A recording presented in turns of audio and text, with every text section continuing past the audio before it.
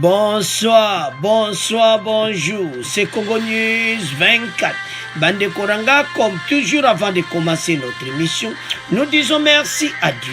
Nous disons merci à nos chers abonnés et téléspectateurs qui nous suivent partout dans le monde entier et en RDC. Bande Koranga, soyez les bienvenus. À la une, Bandeko a fait RAM.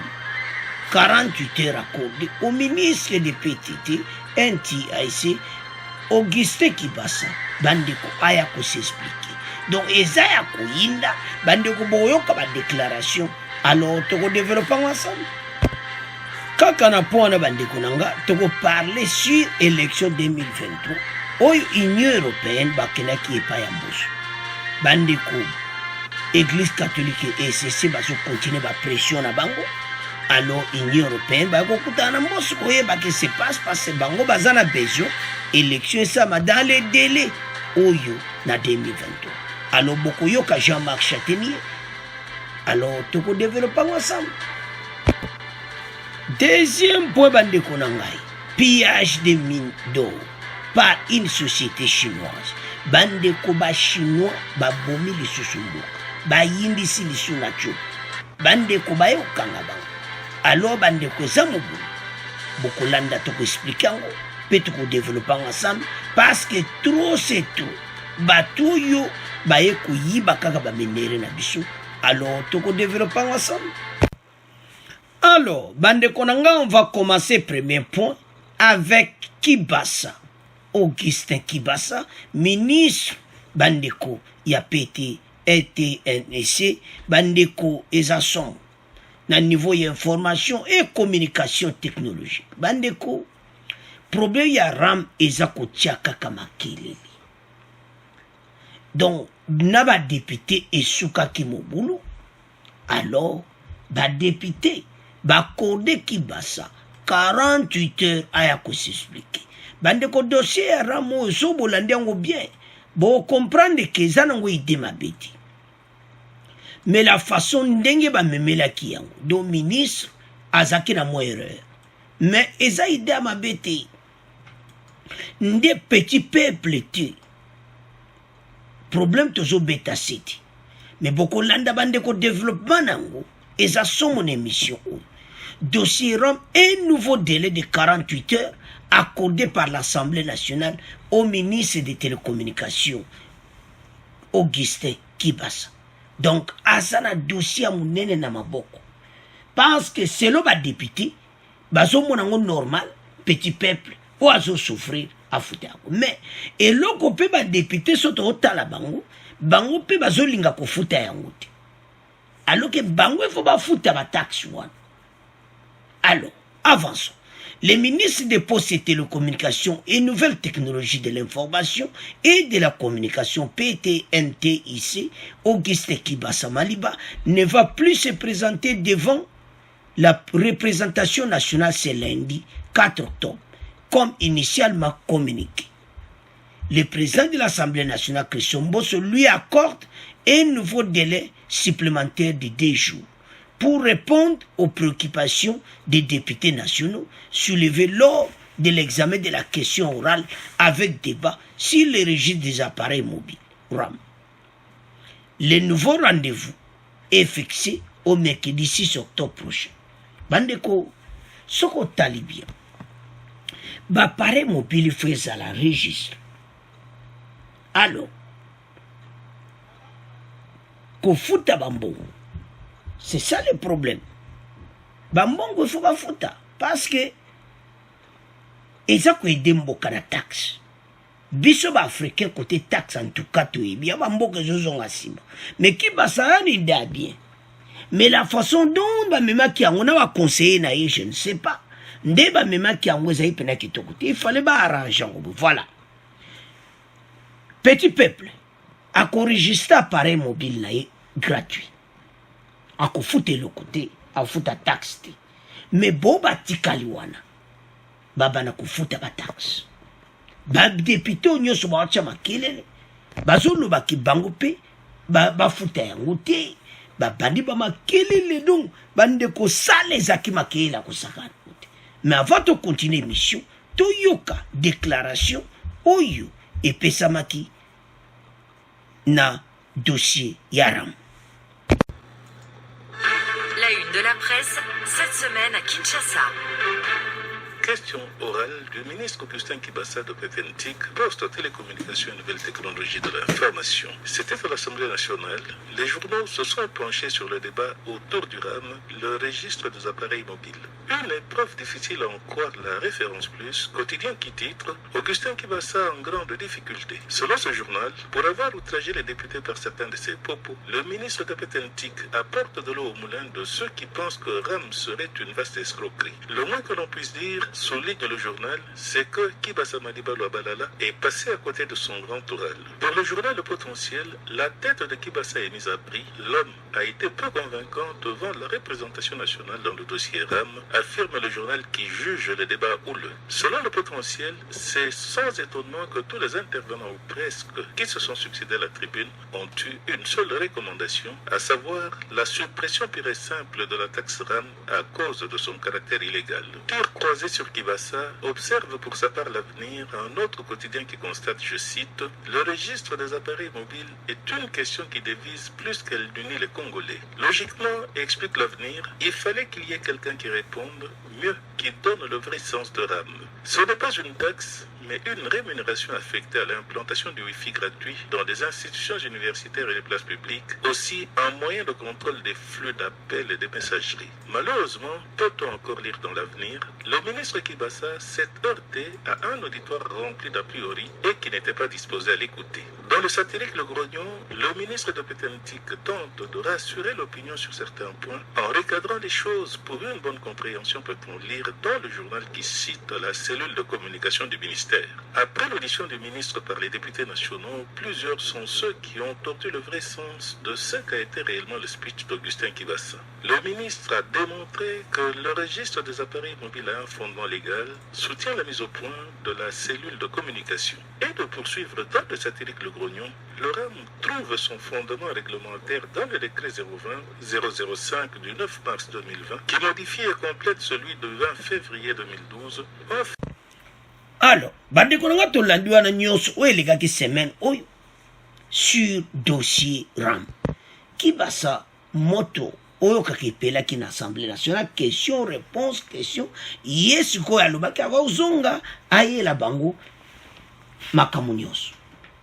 Mboso abakseli sur 48 heures parce que bango bazokanisa badéputé que eza escroquerie. Pourquoi? Parce que la façon dont le ministre amemaki makambo oyo amemaki on nde moko abienti, alors epesa kitoko te. Alors ekomo lokola on dirait escroquerie, alors que eza idée ya malamu akoti 25 millions de dollars.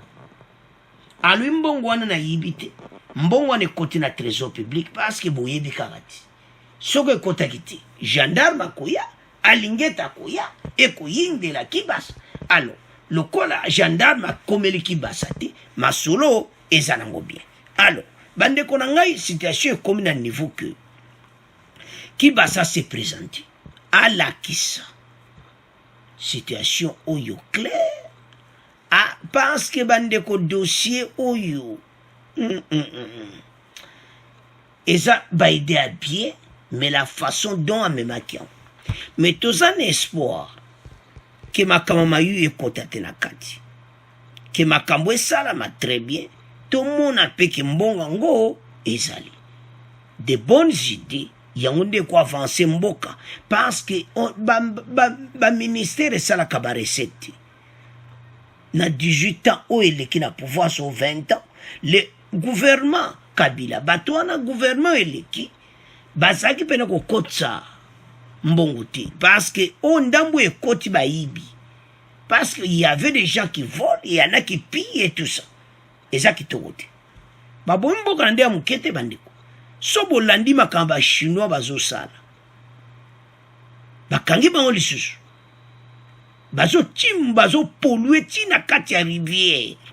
Baina ba grab appareil na kati ya ba mai bazo benda ba minere na ndenge ya mukete. La faute à qui? Ancien gouvernement de contrat avec des chinois bizarres. Mais tout ça na pona. Donc eza mawa. Alors avec le gouvernement ya union sacrée bamonaki baluka nde na okotisa barecette ye mpe atali baza bato batanga na bapays bakibasa oyo nyonso bamoni ke mpo na kodevelope mboka il fallait baappareil ezala registre. L'enregistrement ne coûte taxe. Il faut payer tout ça. C'est moyen qu'on soit taxe yango. Alors, registre, RAM, registre des appareils mobiles. Babani ko taxe mutu tout. Na pe mutu ateka nguba. Bazo bendeli konda non. Ba député babi non bongo te. Mais ba député lié ba kabola makambango. Bango bazo tiango liboke moke o ram wana faut ba longola ngo tout ça non. Ram ba koko longola te, c'est la taxe. Ba de ko to comprendre ngo bien que ba député o ba linga te ba bimisa mbongo. Petit peuple ndi a futati a registré portable na est gratuit. Bango ba futa ba taxe o ba za ko utiliser ba téléphone na bango et tout ça. Allez ba portable ba tout ba salaka ba société wana nyonso bazana ba record ba tu nyonso bazana ba données ba base de données tout. Alors ba cadre nyonso ya mboka ba tu ba futa taxe ba tika les petits peuples qui souffrent avant d'akimia. C'est ça. Alors bande konanga ba député ba comme le voilà ba longola ram oh di ba $1000 bo jo soko ba 5000 ou 6000 chaque mois. Hein? Bo so longoli mbongo ram ko salani. Alors bo futa yango nde petit peuple ti. Alors tout tiki point ya ram to komo kendena. Point ya les ambassadeurs européens pour l'élection 2023 dans les délais oyo bango ba moni ki faut la délai moko. Alors tokoyo ka Jean-Marc Châtaignier o azali ambassadeur européen na RDC ya Union européenne. Selon Jean-Marc Châtaignier aza ko renforcer que makambo tuna ya seni etambola mbango. Alors bandeko Union européenne bazaka sima be élection mais bazaka ensemble na catholique. To comprendre en clair. Pourquoi? Parce que il catholique bénéficie d'une somme, il y a ba mbongo ya ba observateur na élection. Ya obozo mona catholique atia kango mbamba na nenga muketi. Batinda ba observateur partout. Et ça ka mbongo ebele. Ya to lo me yango catholique o makambu ya élection ba komi parti politique. Yango yo. Ba européen soki ba ye ba pesa kambongo epana bango baza lokola ba observateur indépendant. Kaka Union européenne te na ambassadeur na Carter o ya ba américain. Ba américain pe bango pe bazala kawana kotala makama ba élection. Alors Union européenne ba komi na pression depuis makambo nyonso. Mais moi, je pas avec la faute, et ça na ECC, 5 yémo catholique, ou aza penana bango proche. Parce que, à Bencholi, à sa porte-parole, il y a ma confession religieuse. Peut-être vous connaissez, peut-être vous le connaissez. Yene mutacha kamaluba au nom de confession religieuse, mais pour le moment, bandeko, mawa. Bakutana ki samedi, toke diète banapon. Bakutana ki samedi bayokani penate.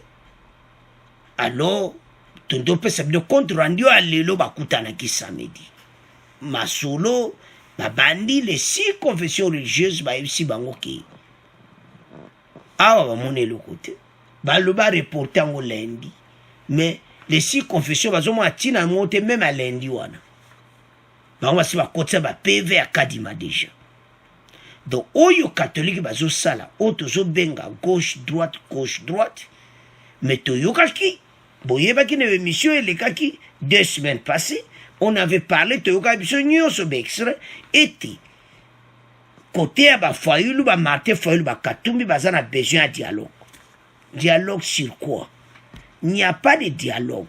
toke d'élection totala nani akoganye eza su makambo gauche droite alors oyo tout bambouteillage oyo nyonso baza kosala bandeko eza kitoko te alors les ambassadeurs européens baye kokutana na mboso toyoka déclaration na bango bakutana mpe na faci toyoka déclaration na bango bon tokontinue mission na biso. Les ambassadeurs des pays de l'Union européenne plaident pour la tenue des élections dans les délais constitutionnels en République démocratique du Congo. Les diplomates européens l'ont dit hier, vendredi, au cours des échanges avec le président et le premier vice-président de l'Assemblée nationale. À l'occasion, le président de l'Assemblée nationale, Christophe Mbosoko Diampuanga, a expliqué à la délégation de l'Union européenne tous les contours de la discussion autour de la mise en place de la nouvelle équipe de la CENI. Pour lui, le souci est que les élections se tiennent dans le délai et elle est disposée à accompagner la RDC pour la préparation et l'organisation des élections dans le respect de la Constitution, si la RDC le demande. On écoute ici l'ambassadeur de l'Union européenne en RDC, Jean-Marc Chantegnier, au micro de Michel Kifintangoy.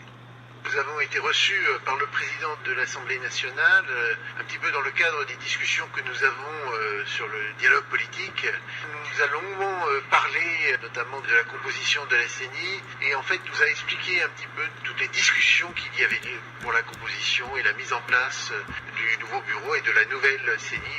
Et nous avons bien sûr pris note avec intérêt. Nous sommes dans un dialogue politique, ce que je disais tout à l'heure, avec la République démocratique du Congo, qui est prévu dans le cadre de nos accords internationaux, de l'accord de Cotonou. Nous respectons totalement la souveraineté de la République démocratique du Congo et nous sommes soucieux que les élections se tiennent dans les délais prévus par la Constitution congolaise. Nous sommes disposés à accompagner la République démocratique du Congo, si elle le demande, pour la préparation et l'organisation de ces élections, en respectant totalement la Constitution de la République démocratique du Congo. Alors, bande konanga tolandi biso nyonso ke bakutanaki na mboso nde bozomona na photo wana, ils étaient ensemble les ambassadeurs européens avec délégation na bango où ils sont dirigés par ye moko ambassadeur ya Union européenne Jean-Marc Chantegnier. Basololaki bande konanga bamoni na si mboso expliquer bango ke toza na dossier président ya CENI et tout ça, mais église catholique na église protestante c'est la candidat to renvoyer ki bale pana bango. Alors bakutana ki lelo bakutana samedi de lelo, alors makambo ngope pa bakendeki do mawatu. Alors l'ambassadeur européen selon yi bango ba ko accompagner RDC, mais tant bayaka sima catholique qui tindela biso 40 000 observateurs RDC mobimba bandeko bapesaka mo patas ezali kamba lara wa Union européenne apesa lana catholique eza makamba kobomba te.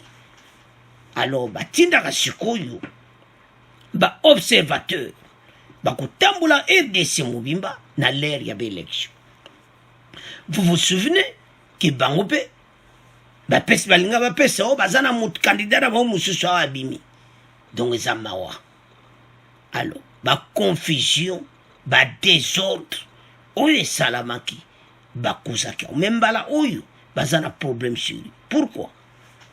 Mbala oyo batie bango tina suka bayebisi bango ki bozonga boyela biso banani ya CENI boyela biso oyo boyokani mboso apesa mo 72 heures lelo bayokani ti bongo lendi nde bakoyoka les 6 confessions du position ba moniti oye koma seki oye komba black makambo oyo bato baza kosala.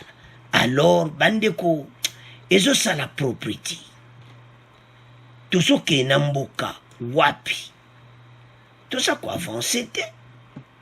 Après l'échec de la journée de ce samedi, les 6 confessions religieuses promettent de faire rapport à Mbosso sans attendre la suite.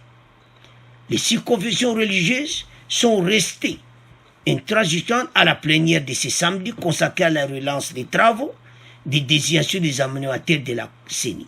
Au nom de G6, le passé de Dokamba de l'église de réveil a dit que son camp a tenté sans succès de convaincre et Senko et CC adhérer à leur choix, va faire rapport au président de l'Assemblée nationale.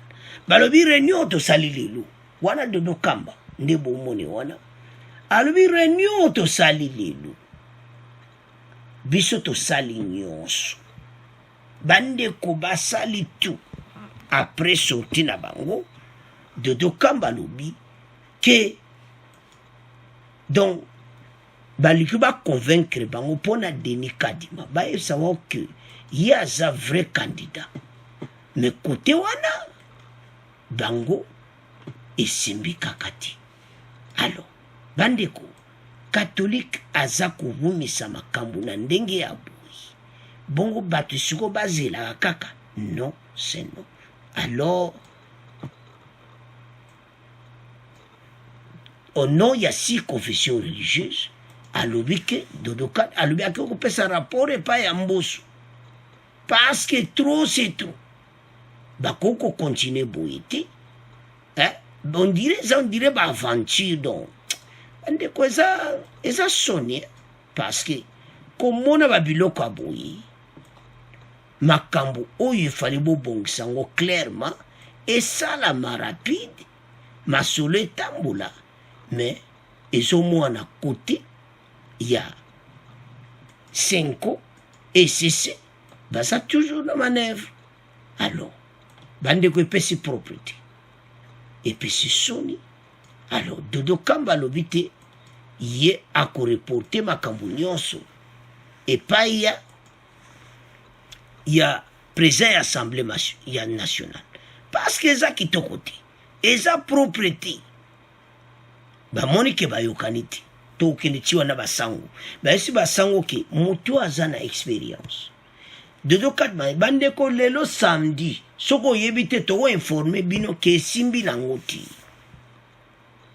donc tozomona ke balobi ke soki lelo esimbi te eloni elakisa lendi makambo kosimba. Alors Dodo Kamba lobi boye au nom de G6 le passé Dodo Kamba de l'église des réveils du Congo a dit que son camp a tenté sans succès de convaincre l'état d'M 5 ECC sur dossier ya Denis Kadima. Bango basaka contre. Alors Bango Alubaya qui nous étions ici pour répondre à la lettre qui nous a été adressée par le président de l'Assemblée nationale. Nous avons eu à parler et nous sommes arrivés à tirer certaines conclusions. Nous allons adresser une correspondance au président de l'Assemblée nationale, Wana Dodo Kamba Zoloba, lui répondant par rapport au travail que nous avons fait aujourd'hui samedi.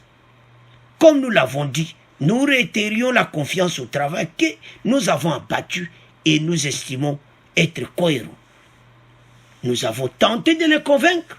Les tandems ECC, c'est un go, mais ça n'a pas marché. Alors, Bango Bazo Boyakaka, Denis Kadima. Alors, Ndebozo Mwana photo, on a babimina réunion. Bazo tuna eba question à l'ubino. Awa, masule ki bienti. Lundi to ya osan. Tout ça, lundi to asale le côté. Alors, bande konangai. Makamundenge sawana. Donc, bazo sa rapport lelo samedi. Et pas ya Mbosso. Où est l'équilibre? Pour comme une aventure. Bazo l'exa kaka l'air catholique. Église catholique, bazo ko l'exa l'air. Et puis, Union européenne, baye, sima, kolobake, voilà, tous en besoin, ça dans les délais. Les délais. Union européenne, basi badjima solo, côté catholique. Yamba kene kokuta na Mbosso. Mbosso ba esi ba Mbosso ngakuna. Boyo kakuna bangunde bato ba l'exa l'air. Donc, l'Union européenne, par mon mystique, a dit, oh, peut-être qu'on a catholique à exposer, bah, pas Mbosso, attendez les bangos tous les preuves. T'as la présence Sénio, t'as ma communion Séango, bangonde, manœuvre, ma pasteur, l'église catholique.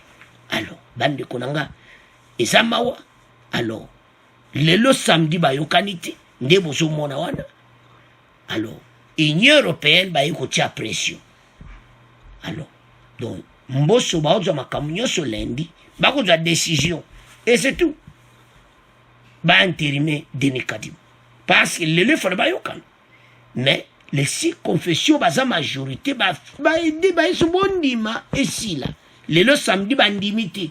Do ba ndeko to informer bino que lelo makambo simba ki na ngoti. Alors ba kabona ki anke de poisson. Alors totiki premier point na bino tomokenda deuxième point. Alors bandeko na nga tokomi na point na biso tolobaki na titre boyoka oyo bachinois basali na Tchopo. Bandeko eza somo. Pillage de mine d'or par une société chinoise à Basoko. Et ça passe hyper mawa.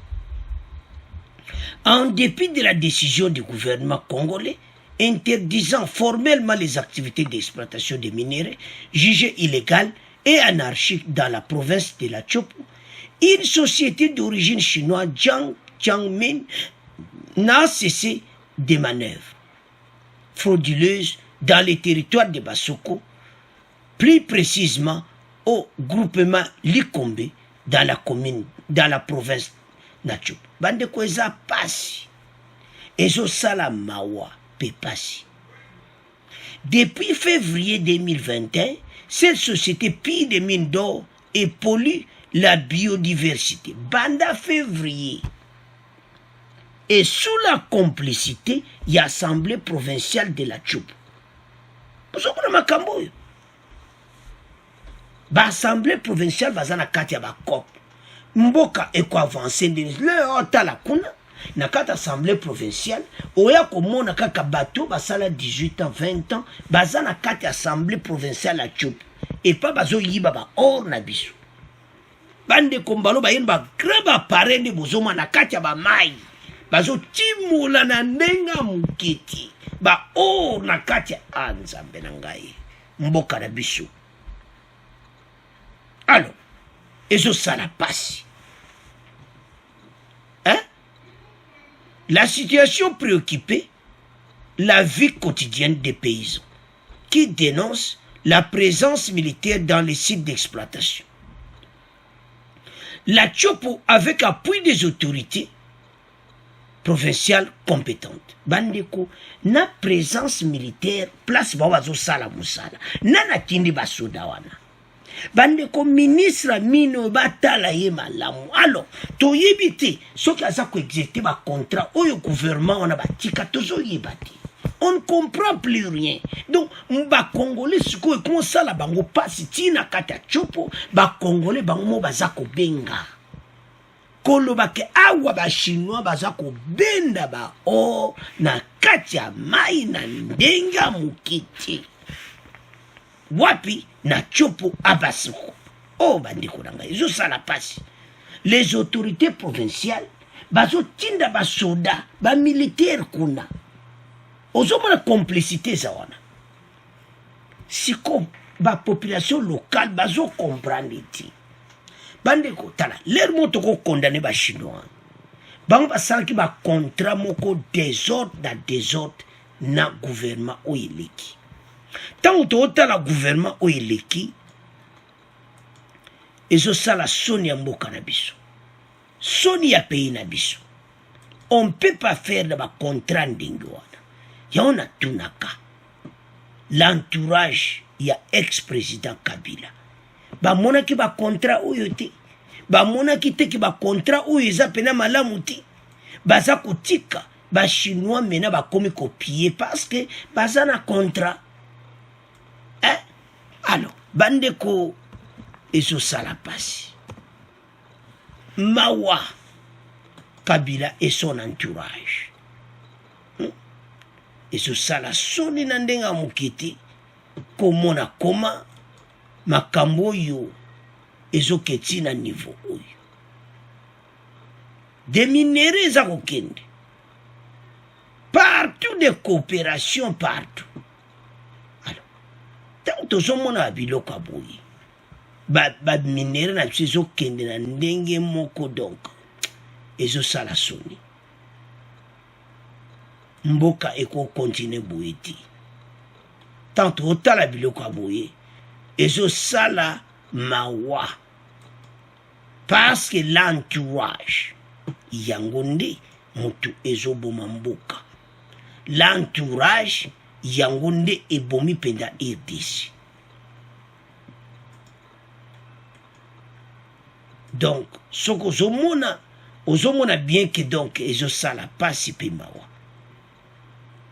Donc mboka oyo toyebi te ex-président bato azalaki na bango bacontra nini basinyaki.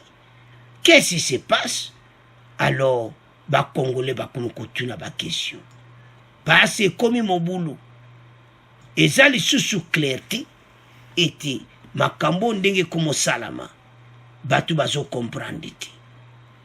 Le contrat signé basigné yango koma bachinois bazopie ti lelo parce que bango baza na contrat na maboko le bolinga boyo babenga na bango baza na contrat na maboko et puis eloko ezokamusa biso eza komona koma na assemblée provinciale bakoti masolo assemblée provinciale dia province atio donc bango bayebi sikoyo bagouvernement oyo nyonso oyo ezalaki liboso bazalaki kosala nini oyo mboka na biso lelo bacontra na bachinois ezalaki bizarre. La situation préoccupe la vie quotidienne des paysans qui dénoncent la présence militaire dans les sites d'exploitation. Balobi ke basoda bazalia de ça nation. Cette société ne respecte pas les clauses avec la communauté riveraine. Elle pollue les eaux de la rivière Aruini avec tous les déchets d'exploitation minière et se livre à la destruction sérieuse de la biodiversité, a alerté mercredi la société Natchoub. Donc, ils ont ça la Sony. Alors, message n'a pas clair. Nous dénonçons la poursuite de l'exploitation illicite et illégale de l'or par la société chinoise Jiangjiang Mining dans la rivière Aruini. Donc, bazo dénoncer clairement. Alors, balobi ke il faut gouvernement suspendre. Pourquoi bazo continuer?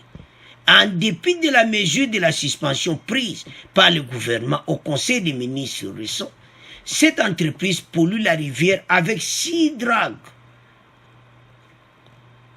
On est compromettante, les autorités provinciales se manifestent à travers leur incapacité à faire respecter la loi minière et à imposer la société d'honorer les droits de la puissance pour la phase exploratoire, indique cette communauté. Communauté d'aba monyo bande ko rivière oyo nde bozomona wana eza pollué déjà. Bebi lo kwana bi benda rouge wana donc ezali bango bazo benda babiloko. Bozomona donc ba chinois baza ko benda ba matière na bango place wana. Alors non, ce n'est pas possible. Ezo sa kitoko de ezo sa la Sony pe mawa komona RDC mboka na biso kitoko des pillages partout. Alors ezo sa la mawa. Donc soto tala makambo yo ezo sa la Sony pe mawa parce que o eza mboka na biso bango basalaki ba contrat. Donc le quoi basalaki ba contrat yango zoma bazo poursuivre makam na bango. Alors je me demande bato nyonso oyo bazalaki à l'entourage de Kabila, même la photo yo ba photo bozomona wana ezo sala mawa. Comment to détruire mboka na biso tina niveau wana ba chinois baza. Donc ils s'en foutent de tout parce que ba yebike ba sienka ba contrat mais sono tala batuneti ba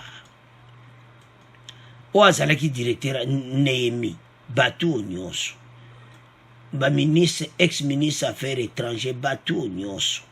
Quand je vois aux alentours de Kabila, mais comment va que signer ba contrat ya boui? Tous ces contrats et même les ba congolais le côté yango ozomona bachinois baza kokontinue bandeko esalamaki kaka semaine otala yo moko eza mawa yango badenonse yango alors que na conseil des ministres balobi bakoki lisusu bachinois bakoki si koexploite te ti bakoarrange bacontrat wana chinois akende na province na assemblée provinciale ya Chopo ale mikanda yango wana la Chopo batikeli bango bakotisa mabende wana kati ya rivière bazopolue rivière do bizarre partout alors bandeko nanga ezosala soni mpe pasi baminere eza toujours pillé. C'est à ce point tokomo clôturer émission na biso bo abonner massivement bo partager merci na ba commentaire au revoir à la prochaine.